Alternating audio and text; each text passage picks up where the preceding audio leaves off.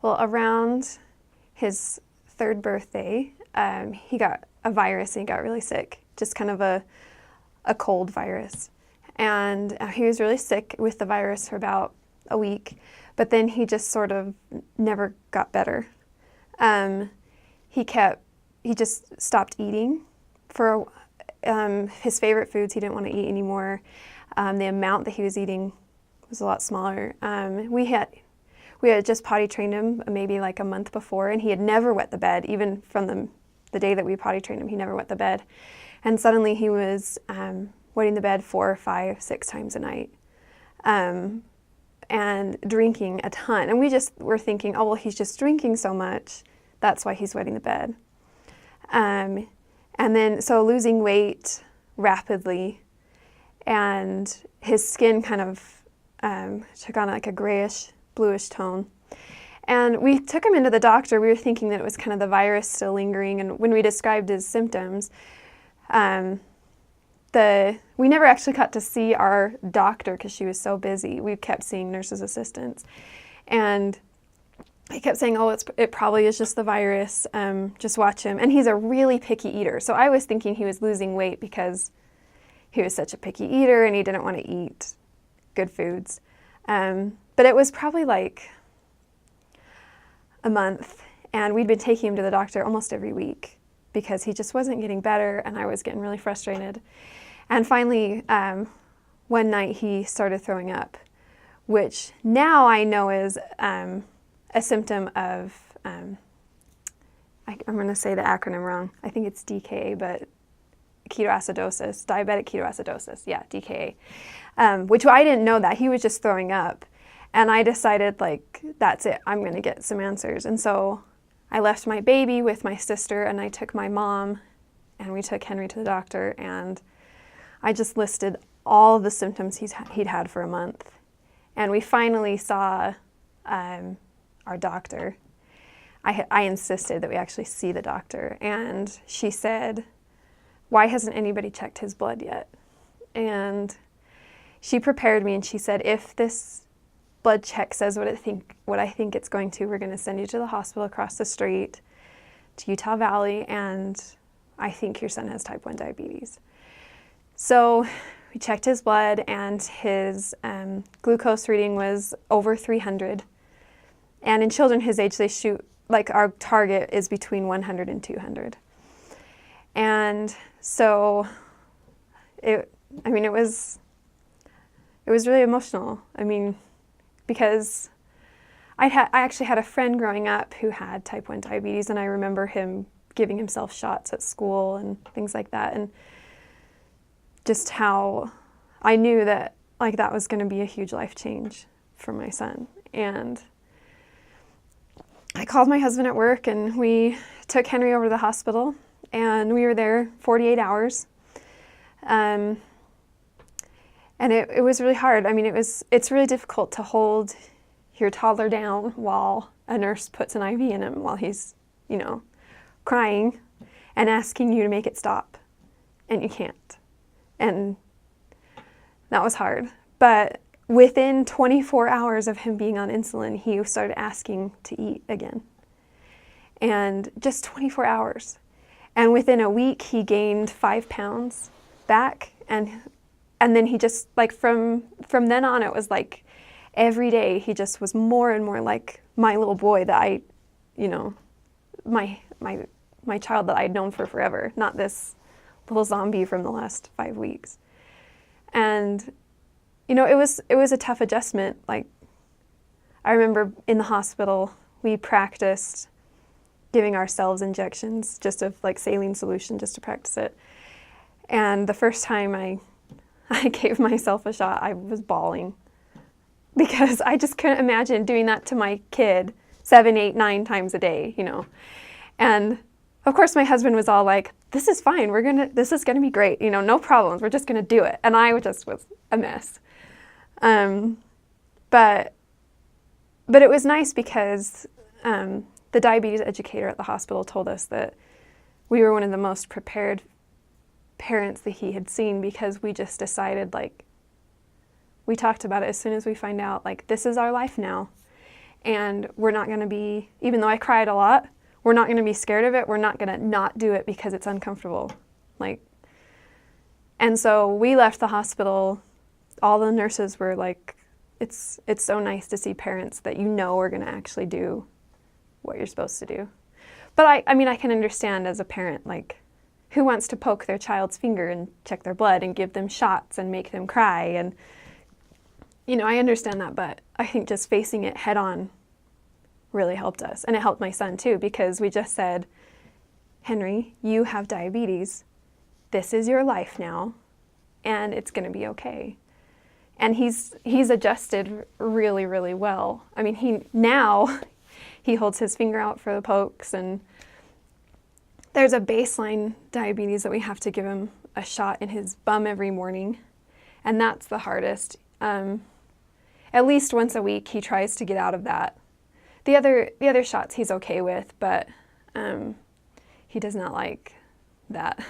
So, and that's hard too, you know. And he'll have to do it when he's an adult. He'll have to do it himself, and you know, that's kind of a sad thought, thinking about his future. But it is amazing, just the transformation. He's just this happy little boy. Whereas another one of his symptoms actually was he just started having meltdowns over the silliest little things. And he's always been a very happy kid.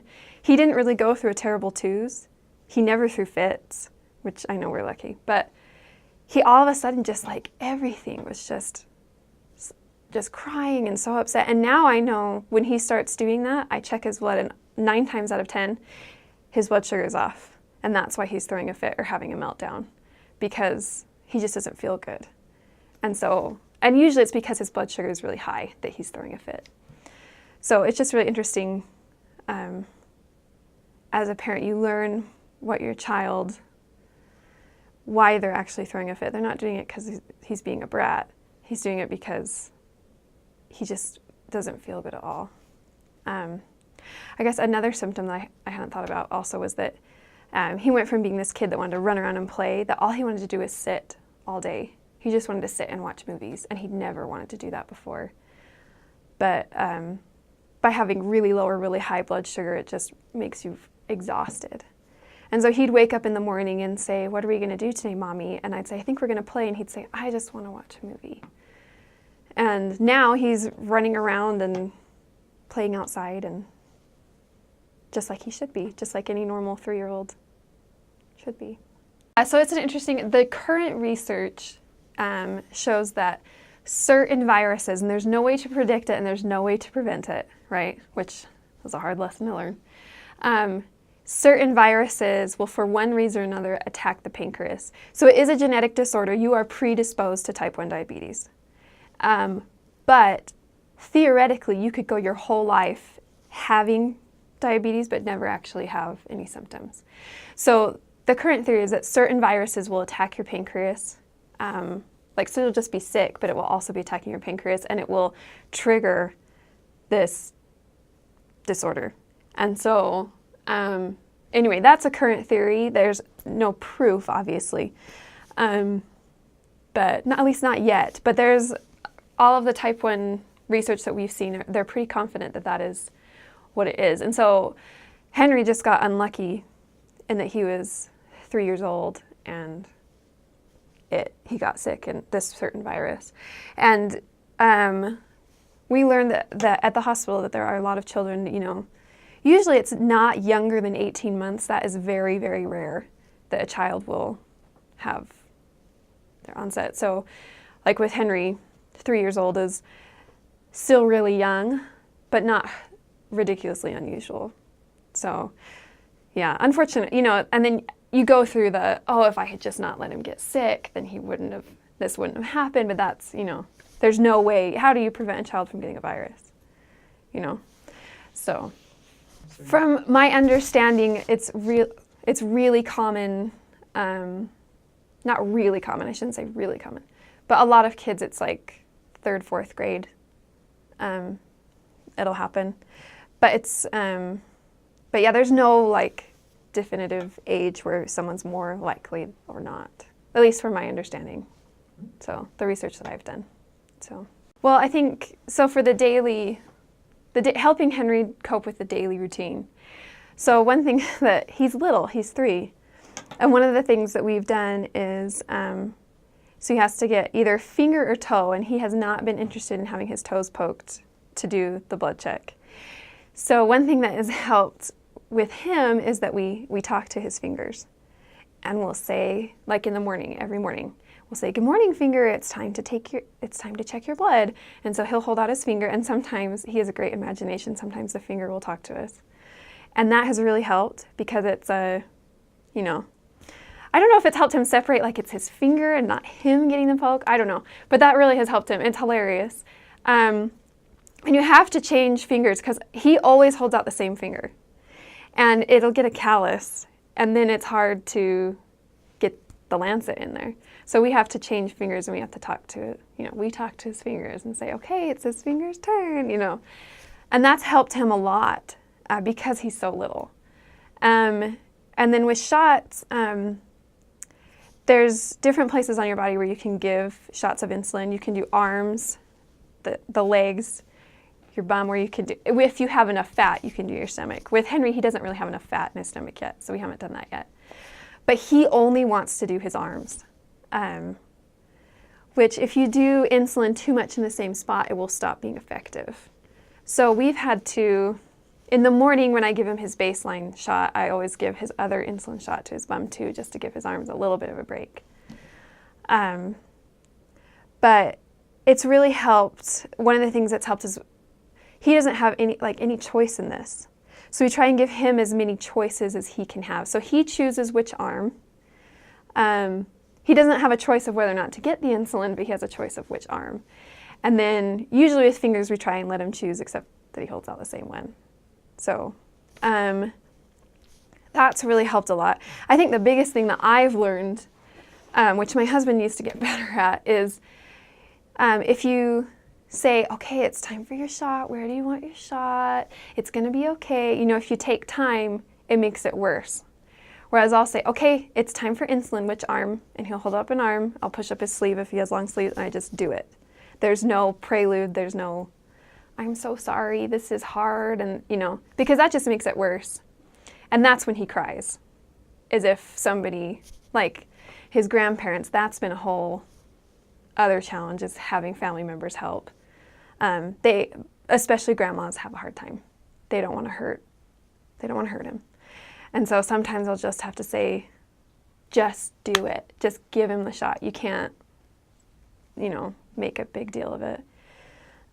So there's that. That's helped a lot. I think he knows the routine too. He knows that before every meal we check his blood, and then after every meal he'll get insulin. The other thing that's helped too is there are certain foods that don't have carbs or don't have a lot of carbs, so they call them free foods, so he can have it without insulin.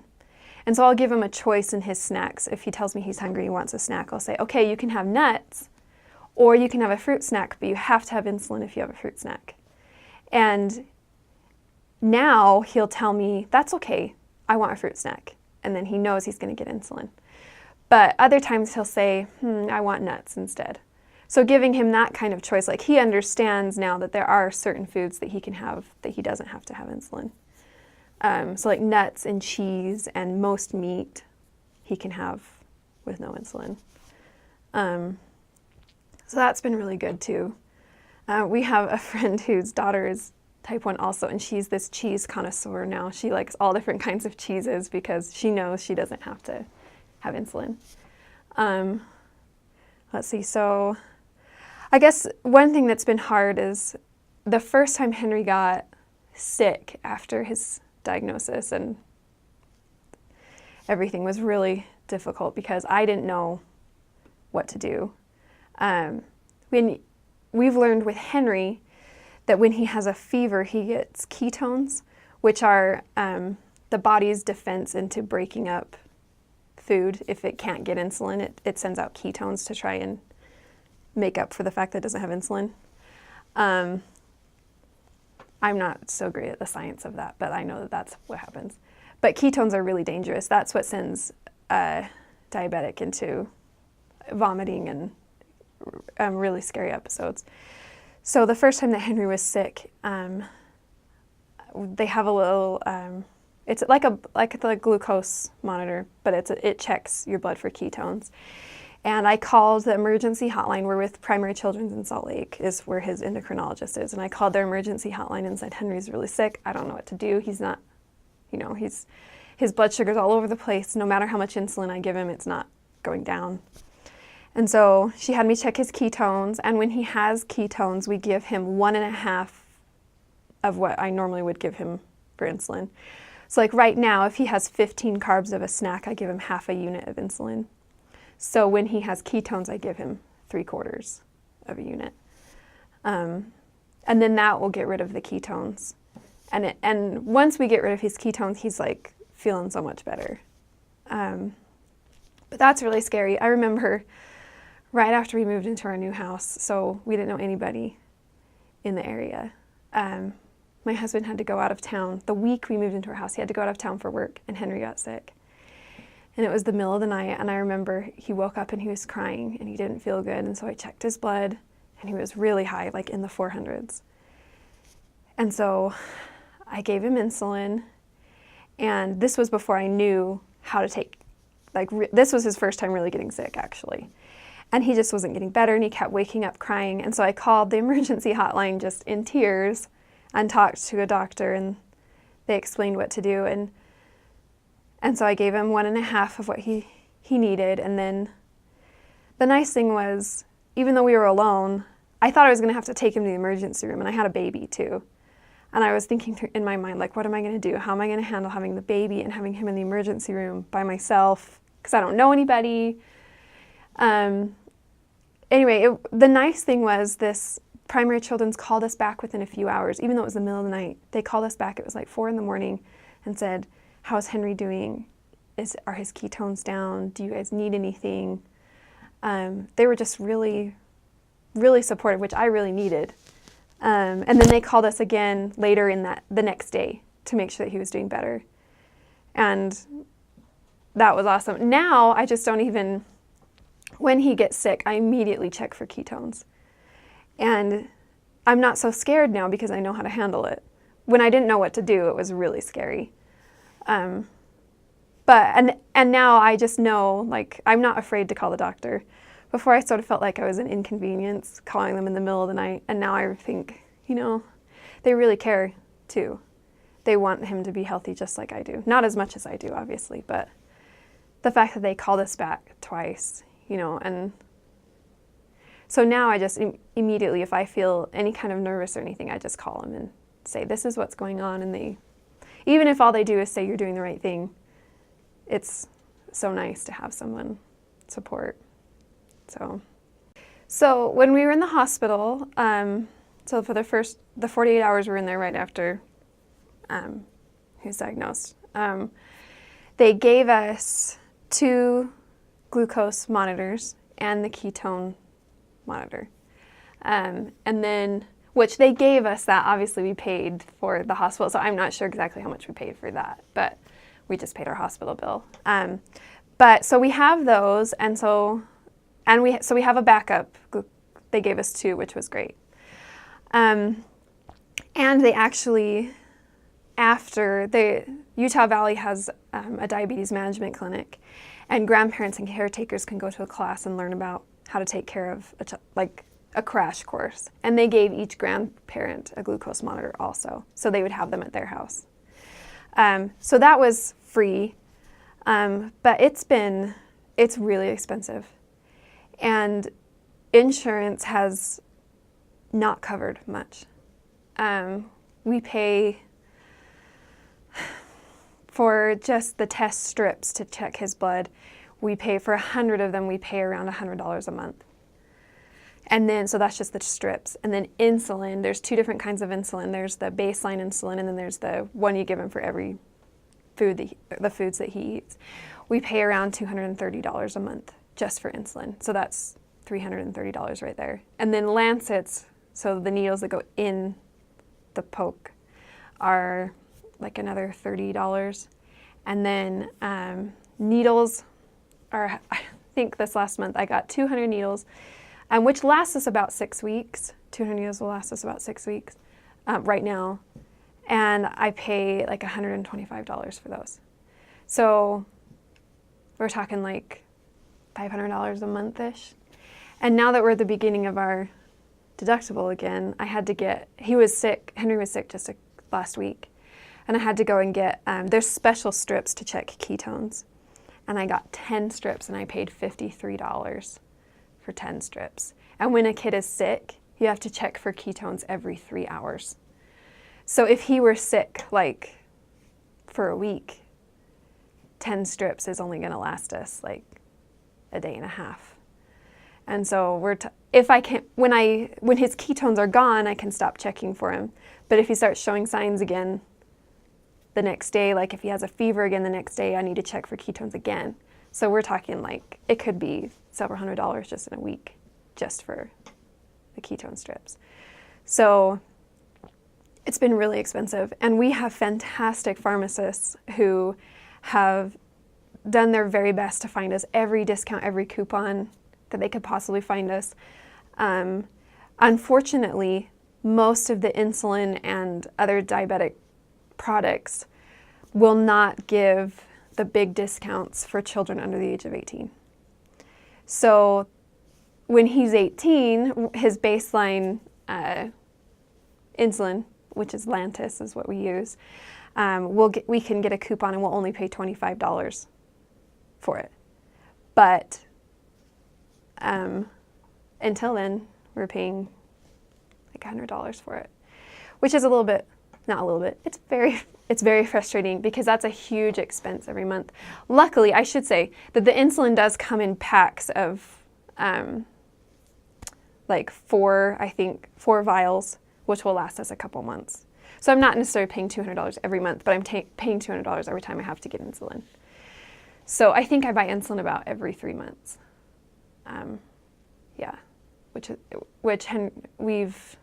We've been living with type 1 diabetes for 9 months now.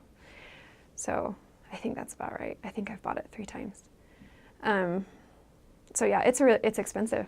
It's really expensive. And reality is, they told us when we left the hospital that reality is that we will probably be in and out of the hospital with Henry 3 times before he's 12. Just because if he gets really sick. And so if we can keep on top of it, hopefully that won't happen, but life just happens. And if he goes to like scout camp and decides not to take care of it, or if he goes, overnight with a friend and just, when he's older and he's in charge of it. So yeah, it's a bit of a challenge. And insulin is only good for a month.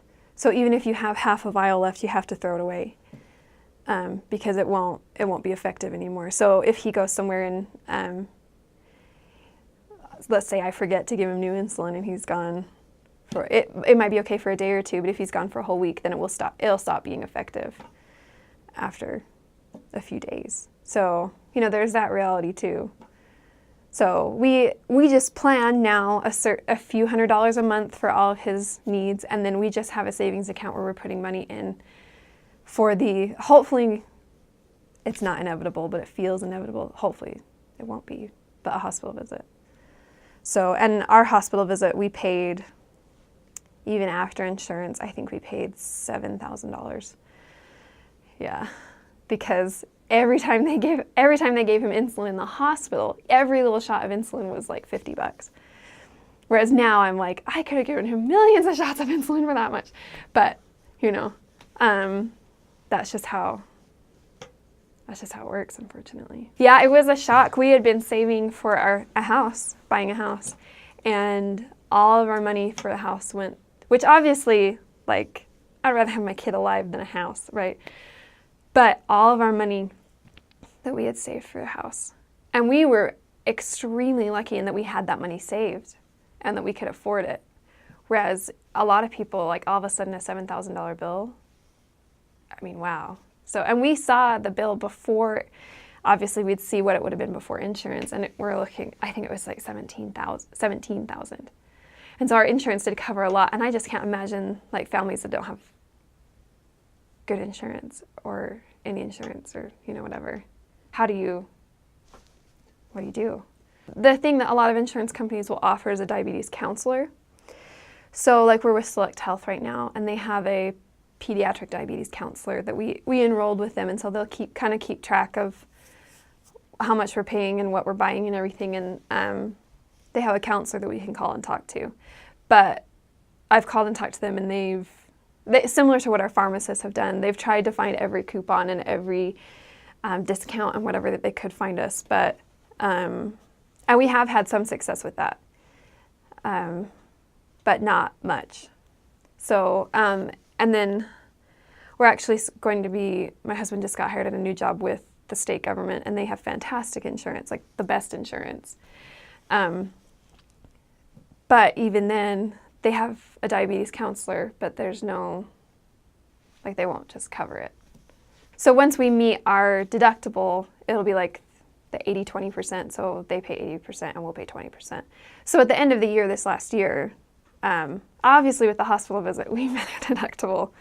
And so it was a lot cheaper at the end of the year, whereas, like I said, just to get those, I think in December, for those 10 ketone strips, I paid like $6, and then I paid $50 this last week because our deductible started over.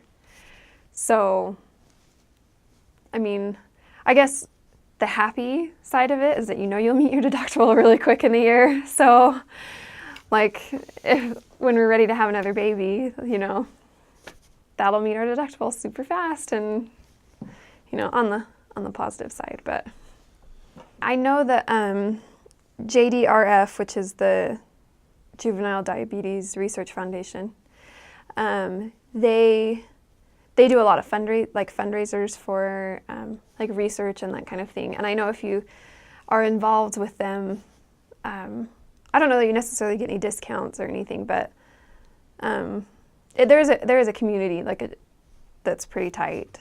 We're not super involved with that, just because we just have a really busy young family, and so that hasn't really happened yet. But yeah, there's not that I know of. I wish, but like I said, I haven't done a whole ton of research into that, partly because the diabetes clinic that we're part of, a lot of the nurses there actually either have type 1 or have a family member with type 1.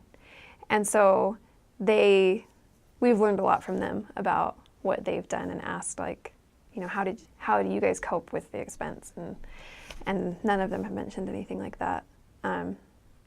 One thing that we hope to eventually get is they do have pumps that it's like a little, I guess it's like a little catheter or IV kind of, it's an IV, where you can just plug in your numbers and it will give Henry the appropriate insulin, so we won't have to do needles.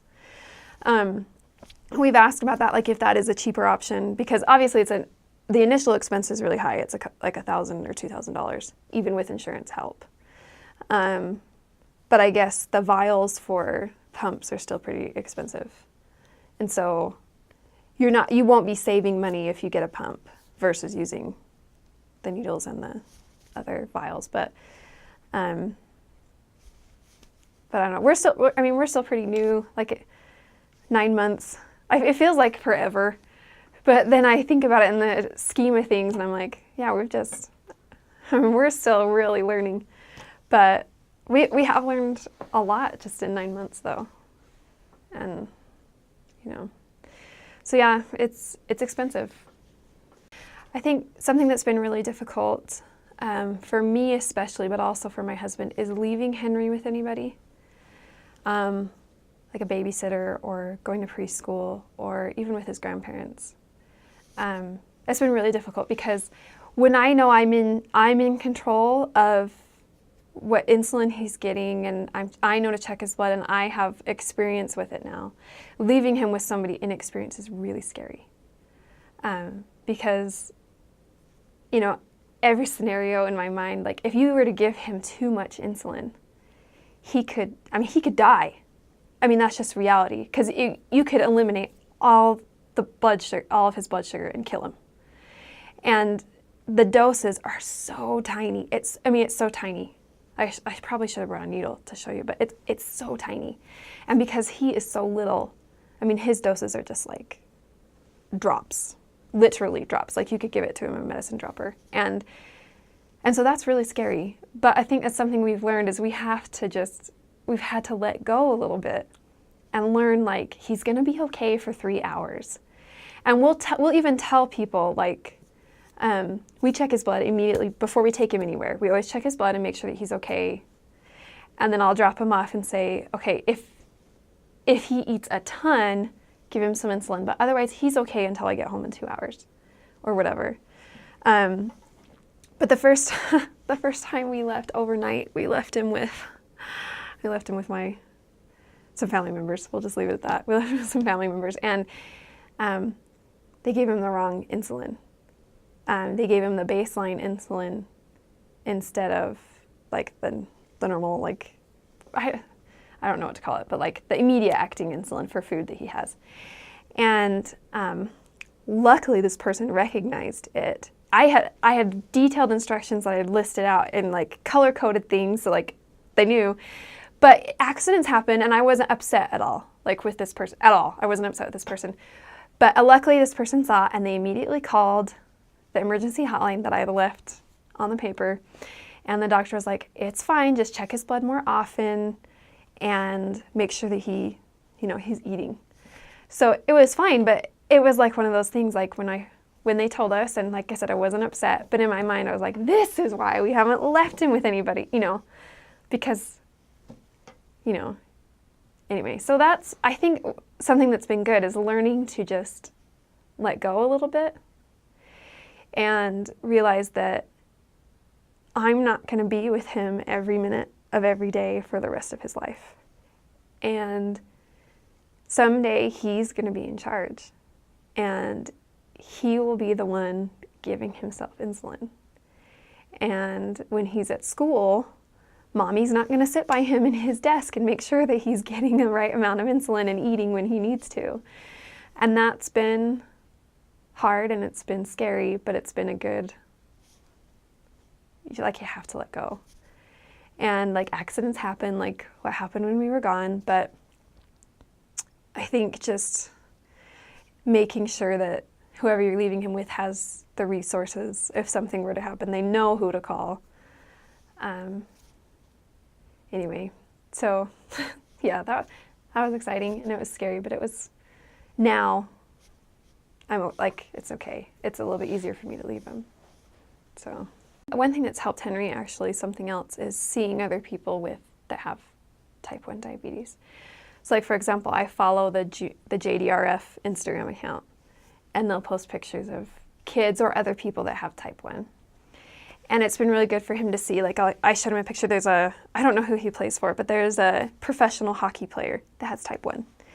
And I showed it to him, and I said, look at him, like you can be anything with type 1. The only thing you can't do is enlist in the military, which if that's what he wanted to do, I'd feel bad. But he won't be able to do that, and he won't be able to drive a truck across, like be a truck driver across state lines. That's okay, right? So he can do and be anything he wants. The way that, there are so many professional athletes. There's a player on the BYU football team right now that has type 1. And, like stuff like that. He can do and be anything he wants to be. And that's been really good to show him, like, I think at this point he doesn't really, like, he hasn't met with that, oh, diabetes is going to limit my life. Oh, sorry, touched the microphone. Like, he's not going to, he hasn't hit that. But I think at some point in his life he will feel like it's holding him back. But it doesn't have to.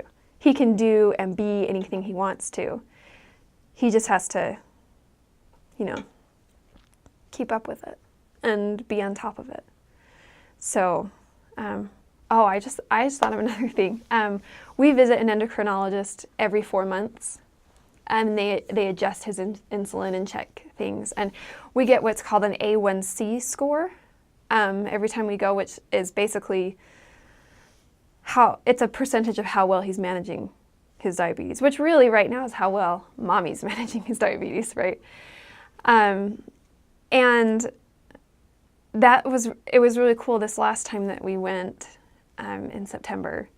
We got his score, and they shoot for children his age and with how long he's been diagnosed for a certain number.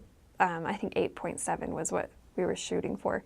And so you want that or lower. And we got an 8.4. And I was like so excited because we had met this goal. And I think, every time we've gone, the doctors reminded us it's not a grade. You're not getting graded on how well you're handling it. But it's, it was a big deal for Henry. He was so excited. He showed everybody his chart, how he had done it, and he had done this great thing. And I think, celebrating the little victories like that has helped him too. So